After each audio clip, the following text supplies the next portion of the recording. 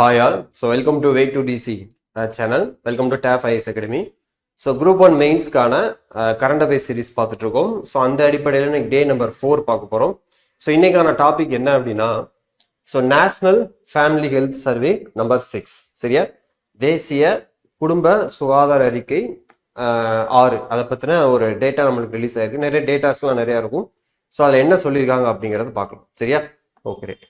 So நம்ம already சொன்னது தான், ஒரு 1 வீக் என்ன பண்ணுறோம் நம்ம. ஸோ நான் எதுக்காக திரும்ப இதே டைலாக் சொல்லிட்டே இருக்கேன்னா, சில பேர் ஃபர்ஸ்ட் டைம் பார்ப்பீங்க இல்லையா. ஸோ ஃப்ரெஷர்ஸ் இருக்கலாம், ஃபர்ஸ்ட் டைம் இந்த வீடியோ பார்க்கலாம். ஸோ அவங்களுக்கும் தெரியணும் அப்படிங்கிறதுக்காக நம்ம இனிஷியேட்டிவ்னா June 2 இந்த வீடியோ போஸ்ட் பண்ணுறோம். ஃபர்ஸ்ட் 1 வீக் வந்து என்ன பண்ண போகிறோம் அப்படின்னா, ஜஸ்ட் எடிட்டோரியலில் என்ன இருக்குது அப்படிங்கிற மட்டும் பார்க்க போகிறோம் சரியா. மற்றபடி பெருசாக உள்ள டெப்த்தாக போய் அனலைஸ் பண்ணுறதுலாம் கிடையாது. எதுக்காக அப்படின்னா, எடிட்டோரியல் படிக்கணும், அந்த ஹேபிட்டை டெவலப் பண்ணணும் அப்படிங்கிறதுக்காக சரியா. ஸோ ஃபர்ஸ்ட் வந்து அந்த 1 வீக் இதை மட்டும் ஃபாலோ பண்ணணும். அதுக்கப்புறம் நான் நெக்ஸ்ட் வீக்ல வந்து அடுத்த லெவல் ஸ்டேஜ் நம்பர் 2 இந்த மாதிரி போகலாம் சரியா. இந்த மாதிரி ஸ்டெப் பை ஸ்டெப்பாக நம்ம நிறைய பிளான் பண்ணி வச்சிருக்கோம். இதுதான் வந்து நம்மளோட இனிஷியேட்டிவோடைய நோக்கம். ஓகேங்களா. ஸோ இதுதான் வந்து இன்னைக்கானது. So national family health survey number 6. So health gains from NFSH 6 are significant but there are unaddressed needs too சரியா. ஸோ அதில் என்ன சொல்றாங்க அப்படின்னு சொல்லிட்டு நம்ம வந்து பார்க்கலாம். ஸோ எப்பயும் போல மேலே வந்து உங்கள் ஃபைல் வந்து இதுக்கான இதோட PDF வந்து அப்படியே டிஸ்கிரிப்ஷனில் கொடுத்துறேன். நீங்கள் வந்து கிளாஸ் முடிஞ்சோடனே, இந்த வீடியோ முடிஞ்சோடனே வந்து நீங்கள் என்ன பண்ணிக்கோங்க, ஸோ அதை செக் பண்ணி பார்த்துக்கோங்க சரியா. ஸோ NFHS 6 மூலம் எட்டப்பட்ட சுகாதார மேம்பாடுகள் குறிப்பிடத்தக்கவை, இருப்பினும் தீர்க்கப்படாமல் உள்ள தேவைகளும் உள்ளன சரியா. ஸோ நிறைய இதில் வந்து சில சேலஞ்சஸ் இருக்கு அப்படின்னு சொல்றாங்க. என்னென்ன மாதிரியான சேலஞ்சஸ் இருக்கு அப்படின்னு சொல்லிட்டு பார்க்கலாம் சரியா. ஹெல்த் டாபிக்ல ரொம்ப முக்கியமாக நல்லா நினைச்சுக்கோங்க. Group 1 Group 2 what ever it is, health சம்பந்தமா கண்டிப்பா கொஸ்டின் இருக்கும். ப்ரிலிம்ஸ்லயே இருக்கும், as well as எங்க இருக்கும், மெயின்ஸ்லயே நம்மளுக்கு கண்டிப்பா சரியா. ஸோ வெற்றியும் பேரழிவும் ஒரே நேரத்தில் வரும்போது அதை கொண்டாடுவது அவசியம். ஆனால் அதே சமயம் நிலைமையை ஆராய்ந்து நிலைமையை மதிப்பிட்டு அந்த குறைபாட்டை சரி செய்ய வேண்டியது முக்கியம். சமீபத்தில் வெளியிடப்பட்ட தேசிய குடும்ப நல ஆய்வு சரியா. என்ன சொல்றாங்க, தேசிய குடும்ப நல ஆய்வு 6வது தரவுகள் அத்தகையது ஒரு வாய்ப்பை வழங்குகின்றன சரியா. சும்மா மேல ஜென்ரலா சொல்றாங்க. நம்பர் மட்டும் பார்த்தவங்க நம்பர் 6 சரியா. நீங்க ஏதாவது மெயின்ஸ் உள்ள ஒரு பாயிண்ட் ஆட் பண்ணி சொல்லும் போது NFHS நம்பரை சொல்லணும். 6ஆ 5ஆ 4ஆ எந்த ரிப்போர்ட்ல சொல்லியிருக்காங்க அப்படிங்கிறத சேர்த்து சொல்லணும். அதுக்காக நான் சொல்றேன் சரிங்களா. 2023-24 ஆண்டிற்கான தரவுகள் இந்தியாவிற்கு சில குறிப்பிடத்தக்க முன்னேற்றங்களை வெளிப்படுத்தின சரியா. அதே வேளையில் உரிய கவனம் செலுத்தப்படாவிடில் பேரழிவை ஏற்படுத்தக்கூடிய சில பாதுகாப்பற்ற பாதைகளையும் அவை அம்பலப்படுத்தின. குழந்தை நலத்துறையில் மிகப்பெரிய முன்னேற்றங்கள் எட்டப்பட்டுள்ளன. ஸோ சைல்டு வெல்ஃபேர் டிபார்ட்மெண்ட்ல நல்ல ஒரு ரீச் ஆயிருக்கும், நல்ல ஒரு பாசிட்டிவான ரிசல்ட் வந்திருக்கு. என்ன அப்படின்னா, குழந்தைகளின் வளர்ச்சி குன்றல் 17% வந்து டிக்ரீஸ் ஆயிருக்கு. இது ரொம்ப ரொம்ப முக்கியமான. ஸோ சைல்டோடைய அந்த டெவலப்மெண்ட், லேக் ஆஃப் டெவலப்மெண்ட் அப்படிங்கிறது குறைஞ்சிருக்கு சரியா. வளர்ச்சி இல்லாமல் இருக்கிறது அப்படிங்கிறது குறைஞ்சிருக்கு. எவ்வளோ குறைஞ்சிருக்குன்னா 17% குறைஞ்சிருக்கு. 17% வந்து டிக்ரீஸ் ஆயிருக்கு. கடுமையான உடல் மெலிவு வந்து 32% குறைஞ்சிருக்கு. மருத்துவ நிறுவனங்களில் நடைபெறும் பிரசவங்களின் விகிதம் 90% அதிகமாக உயர்ந்திருக்கு. அதாவது இந்த இன்ஸ்டிடியூஷனல் டெலிவரி சொல்லுவோம். இன்ஸ்டிடியூஷனல் டெலிவரி டெலிவரினா என்ன சார் அப்படிங்கிட்டா, மருத்துவமனைகளை பிரசவம் பார்க்குறோம், அதுதான் இன்ஸ்டிடியூஷனல் டெலிவரி சரியா. அது வந்து எவ்வளோ வந்திருக்கு அப்படின்னா 90%க்கும் ப்ளஸ் வந்திருக்குன்னு சொல்றாங்க. அதாவது மோர் தென் 90% சரியா. இப்போ இந்த மாதிரி இன்ஸ்டிடியூஷன்ல ஒரு மருத்துவமனை போய் பிரசவம் பார்த்தாதான் அந்த தாய்க்கும் நல்லது, குழந்தைக்கும் நல்லது சரியா. ஸோ அது சொல்றாங்க. மேலும் 12 முதல் 23 மாத வயதுடைய குழந்தைகளுக்கான முழுமையான தடுப்பூசி பாதுகாப்பு இல்லையா. ஸோ ஃபுல் வேக்சினேஷன் அப்படிங்கிறது 87%க்கு மேலாக அதிகரிச்சிருக்கு. அப்போ இது எல்லாமே வந்து நம்மளுக்கு ஒரு சூப்பரான பெட்டரான ரிசல்ட். அப்போ நீங்க என்ன பண்ணலாம் அப்படின்னா, எங்கெல்லாம் வந்து ஹெல்த் சம்பந்தம் நம்ம நாட்டை பத்தி பெருமையா சொல்லணும் அப்படின்னா நீங்க என்ன பண்ணலாம், இதுல இருக்கக்கூடிய பாயிண்ட்ஸ் அப்படியே உள்ள வந்து சேர்த்து அடிச்சு விட்டுறலாம் சரியா. ஏன்னா தானே NFHS 6 சொல்லியிருக்காங்க. என்ன சொல்லி ஃபர்ஸ்ட் பாயிண்ட் என்னது, குழந்தைகளுடைய வளர்ச்சி குன்றல் இல்லையா. அது வந்து எவ்வளோ டிக்ரீஸ் ஆயிருக்கு, 17% டிக்ரீஸ் ஆயிருக்கு. செகண்ட் வந்து அவங்களுடைய அந்த உடல் மெலிதல், அது வந்து எவ்வளோ டிக்ரீஸ் ஆயிருக்கு, 32% வந்து டிக்ரீஸ் ஆயிருக்கு. மூணாவது பார்த்தீங்கன்னா இந்த பிரசவங்களின் விகிதம், அதாவது இன்ஸ்டிடியூஷன் டெலிவரி இருக்கு இல்லையா, அது வந்து எவ்வளோ இன்க்ரீஸ் ஆயிருக்கு, 90% வந்து இன்க்ரீஸ் ஆயிருக்கு. ஃபோர்த் வந்து இந்த ஏஜ் 12 வயசுல இருந்து 23 வயசு வரைக்கும் இருக்கக்கூடிய அந்த வேக்சினேஷன், ஃபுல் வேக்சினேஷன் அப்படிங்கிறது 87%க்கு மேலே வந்து நம்மளுக்கு இன்க்ரீஸ் ஆயிருக்கு இல்லையா. அப்போ இந்த மாதிரி 4 பாயிண்ட் நம்மளுக்கு வந்து கிடைச்சிருக்கு. அழகா என்ன பண்ணலாம், உள்ள வந்து நம்ம எழுதலாம். சரியா? Okay right. ஸோ நெக்ஸ்ட், மேலும் இந்தியாவின் மொத்த கருவுறுதல் வீதம் டிஎஃப்ஆர் சொல்லக்கூடிய டோட்டல் ஃபெர்டிலிட்டி ரேட் ஸோ 2.0 என்ற அளவில் நடைபெற்றுள்ளதாகவும் இது மக்கள் தொகை மாறீட்டு நிலையான 2.1க்கும் குறைவானதாகவும் புள்ளி விவரங்கள் சுட்டி காட்டுகின்றன. ஐயத்திற்கு இடமின்றி இவை சாதனைகளை இது இந்தியா பல தசாப்தங்களாக உழைத்தீட்டிய வெற்றிகளாகும். சரியா? அப்போ டோட்டல் ஃபெர்டிலிட்டி ரேட்னா என்னன்னா, ஒரு பெண் வந்து எத்தனை குழந்தைய பெற்றுக்கிறாங்க. சரியா? பியூபர்ட்டிலிருந்து மெனோபாஸ் வரைக்கும் ஒரு பெண் குழந்தையை பெற்றுக்கக்கூடிய காலகட்டத்தில் அந்த பெண் எத்தனை குழந்தைய பெற்றுக்கிறாங்க அப்படிங்கிறதான் டிஎஃப்ஆர். சரியா? இது வந்து நம்ம 2ல வந்து மெயின்டைன் பண்ணி, முன்னெல்லாம் ரொம்ப அதிகமாக இருந்தது. சரியா? இதை நம்ம இப்போ எவ்வளோ மெயின்டைன் பண்ணுறோம்னா 2ல வந்து மெயின்டைன் பண்ணுறோம். ஸோ இதுக்கு முன்னாடி ஒரு 1.9 இருந்தது, இப்போ மறுபடியும் 2 வந்துருச்சு. ஓகே, ஸோ அதை பார்த்துக்கோங்க. இறுதியாக இந்த முக்கிய துறைகளில் நிலைமை முன்னேற்றம் கொண்டுள்ளது என்பது ஒரு ஊக்கமளிக்கும் அறிகுறி. சரியா? பொதுத்துறையில சேவைகளுக்கான அணுகல் அல்லது தரம் ஆகியவற்றில் எவ்வித சமரசம் செய்து கொள்ளாமல் சேவை வளங்களில் எவ்வித தொய்வும் ஏற்படாத வகையில் இந்த சாதனைகள் அடிப்படையில் மேலும் முன்னேற்றங்களை கட்டமைக்கப்பட வேண்டும். சரியா? ஸோ இதெல்லாம் பண்றாங்க, ஓகே, பட் இது வந்து அப்படியே ஸ்டாப் பண்ணிடக்கூடாது. இது வந்து என்ன பண்ணணும், கண்டினியூஸா வந்து ரெகுலரா ஃபாலோ பண்ணணும். இதுல எந்த விதமான தொய்வு ஏற்பட்டக்கூடாது அப்படின்னா சொல்றாங்க. சரியா? இன்னும் சொல்ல போனா இதெல்லாம் வந்து இன்னும் இப்போ இன்ஸ்டிடியூஷன் டெலிவரி 90% மேல பார்த்தோம் இல்லையா, அதை 100% மாற்றும். மருத்துவமனைகளவே பெருசாக பார்க்கறத 100% வந்து மாற்றும். சரியா? அப்ப அந்த 10% எங்கேயோ லேகிங்கா இருக்கு இல்லையா, அதை கண்டுபிடிச்சு அவங்களே என்ன பண்ணணும், மருத்துவமனைகளுக்கு கொண்டு வந்து சேர்க்கணும். சரி, அப்பதான் குழந்தையும் சரி அந்த தாயும் சரி 2 பேரும் பாதுகாப்பா இருப்பாங்க. நெக்ஸ்ட், எனினும் சுகாதார மேலாளர்கள் இந்த கோட்பாடு மாதிரி மறுபக்கத்தையும் கவனத்தில் கொள்ள வேண்டும். இப்ப இதெல்லாம் நம்ம பிளஸ்ஸா பார்த்தோம், ரைட்? இந்த என்எஃப்ஹெச்எஸ் டேட்டா நம்பர் 6ல வந்து இவ்வளவு விஷயங்கள் சொல்லியிருக்காங்க, நல்லதுதான். பட் இன்னொரு சைடு இருக்கு, அதை நம்ம பார்க்கணும். அது என்ன அப்படின்னு கேட்டா, இந்த என்எஃப்ஹெச்எஸ் 6 அறிக்கையானது ஒரு இரட்டை பொது சுகாதார சுமையை சுட்டி காட்டுகிறது. சரியா? அது என்ன சுமை? அதாவது ஒண்ணு வந்து வாழ்க்கை முறை சார்ந்த நோய்களின் தீவிர தாக்குதலுக்கு அப்பால் ஒருபுறம் ஊட்டச்சத்து குறைபாட்டின் தாக்கம் தொடர்ந்து நிலை வரும், அதே வேளையில் மறுபுறம் உடல் பருமன் சார்ந்த பிரச்சனைகளும். இந்த உடல் பருமன் பாருங்க, 3 ஆண்டுகள்ல ஆண்களிடையே வந்து 22.9% இருந்து கிட்டத்தட்ட 27.3% ஆகும் இன்க்ரீஸ் ஆயிரு ஆண்கள்ல. பெண்கள் கிட்ட பார்த்தோன்னா 24% இருந்து 30%, 30.7% வந்து அதிகமாயிருக்கு இல்லையா? அப்ப நல்லா கவுண்ட் பண்ணி பாருங்க. எப்படி பார்த்தாலும் ஆண்களும் சரி பெண்களும் சரி 2 பேருமே உடல் பருமன் அதிகம் இருக்கு. ஒபிசிட்டின்னு சொல்லுவாங்க இல்லையா? உடல் பருமன் அதிகமானதுக்கு பல காரணங்கள் இருக்கு. சரியா? ஸோ நம்மளுடைய உடல் உழைப்பு இல்லைனாலும் உடல் பருமனாகும்.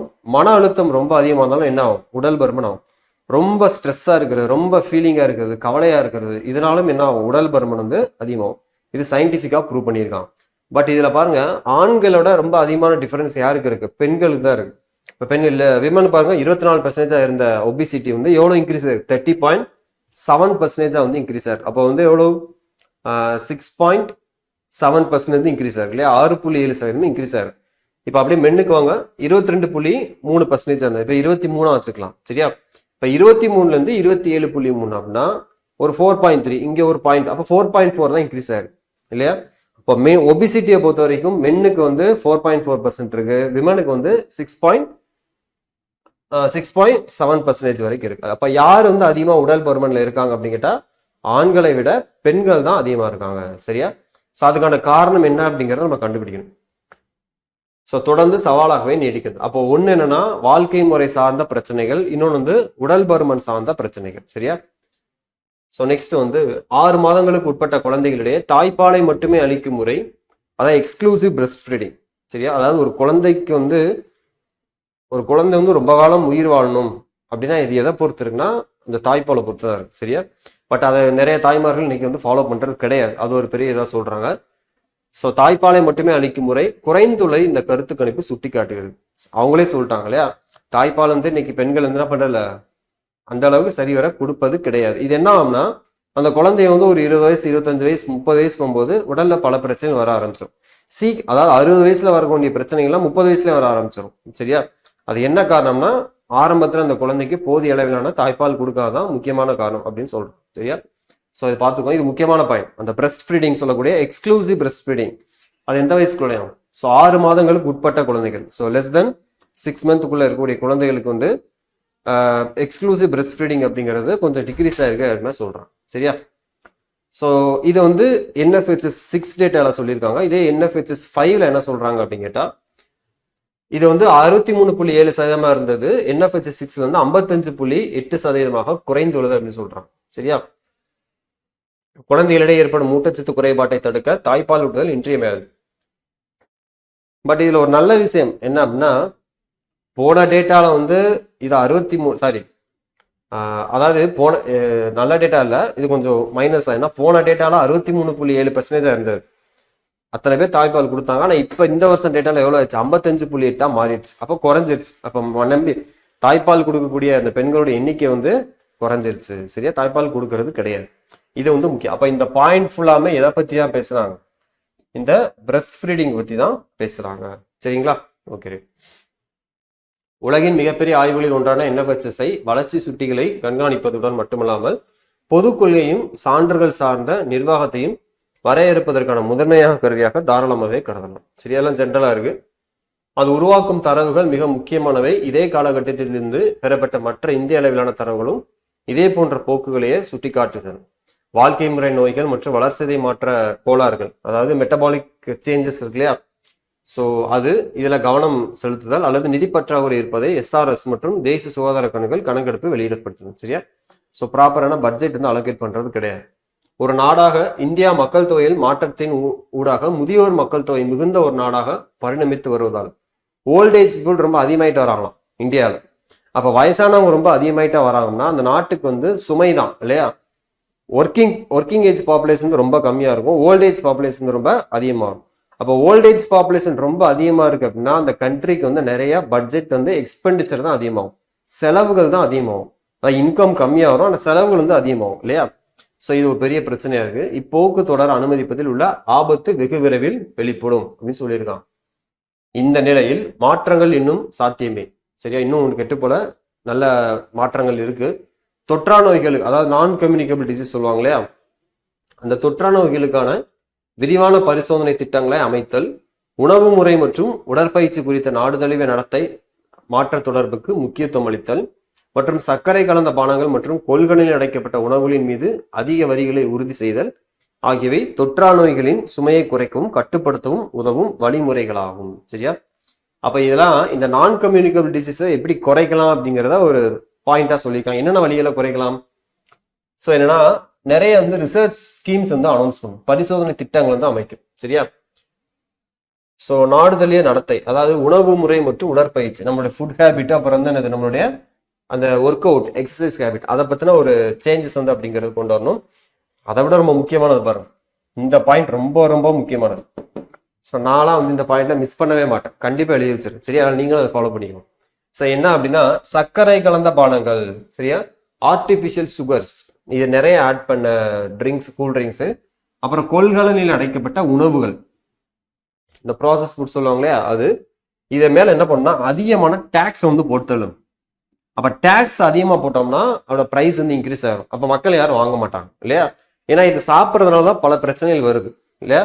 ஆர்டிஃபிஷியல் சுகர் ரொம்ப அதிகமா போடப்பட அந்த கூல்ட்ரிங்க்ஸை குடிக்கும் போது, இந்த ப்ராசஸ்ட் ஃபுட்டு, அந்த இதில் அடைச்சி வச்ச ஃபுட்டை குடிக்கும் போது, சிப்ஸ் இதெல்லாம் சாப்பிட்றாங்க இல்லையா, இதனாலதான் பல பிரச்சனை, ஹெல்த் இஷ்யூஸ் நிறைய வருது. அதை வந்து அப்ப என்ன பண்ணலாம்? இந்த மாதிரி நான் கம்யூனிகபிள் டிசீஸை குறைக்கணும்னா அதெல்லாம் என்ன பண்ணும்? அதுக்காக இதோட டேக்ஸை வந்து இன்க்ரீஸ் பண்ணலாம். அப்ப இதெல்லாம் வந்து ஒரு வழிகள். சரியா? நீங்க சொல்யூஷனுக்கு இந்த பாயிண்ட் வந்து யூஸ் பண்ணிக்கலாம், தாராளமா யூஸ் பண்ணிக்கலாம். நானும் தான் கண்டிப்பா யூஸ் பண்ணேன். சரியா? ரைட். இந்த தொற்றா நோய்கள் ஒரு முறை ஏற்பட்ட பிறகு கிராமம், நகரம் மற்றும் பெருநகரம் என அனைத்து நிலைகளிலும் அவற்றை எதிர்கொள்வதற்காக சுகாதார அமைப்புகளை வலுப்படுத்துவது மிக மிக முக்கியமாகும். சரியா? அப்போ வில்லேஜ், சிட்டி, அப்புறம் வந்து மெட்ரோ சிட்டி, இந்த மாதிரி எல்லா இடத்துலையும் என்ன பண்ணணும்னா சுகாதார கொள்கையை வந்து என்ன பண்ணணும்? We have to strengthen. சரியா? அந்த ஹெல்த் பாலிசி நம்ம நல்லா வலுப்படுத்தணும் அப்படிங்கிறது தான் இந்த டேட்டா இன்னைக்கு நம்ம பார்த்த என்எஃப்ஹெச்எஸ் டேட்டா நம்பர் 6 வந்து சொல்லியிருப்பாங்க. சரியா? ஸோ இது எங்கேருந்து எடுக்கப்பட்டுனா தி ஹிந்து அந்த சோர்ஸ் வந்து எடுக்கப்பட்டு. சரிங்களா? ஸோ இதுதான் வந்து இன்னைக்கான என்னது ஆர்டிகல். கண்டிப்பா வந்து ஒரு சூப்பரான ஆர்டிகல், ஹெல்த் ரிலேட்டடான கண்டிப்பா கேட்பாங்க. நம்பர் பார்த்துக்கோங்க, என்எஃப்ஹெச்எஸ் 6, நம்பர் 6. சரியா? ஸோ இதில் இந்த பாயிண்ட் ரொம்ப முக்கியமான, இதெல்லாம் நம்மளுக்கு ஒரு ப்ளஸ் பாயிண்டா இருக்கு. ஸோ அதில் வந்து சைல்டோட அந்த டெஃபிஷியன்சி குறைஞ்சிருக்கு. ஸோ அந்த இன்ஸ்டிடியூஷன் டெலிவரி சொல்லக்கூடியது வந்து 90% மேலே இன்க்ரீஸ் ஆயிருக்குன்னு சொல்லியிருக்காங்க. ஸோ அதெல்லாம் நிறைய விஷயங்கள் பார்த்தோம்.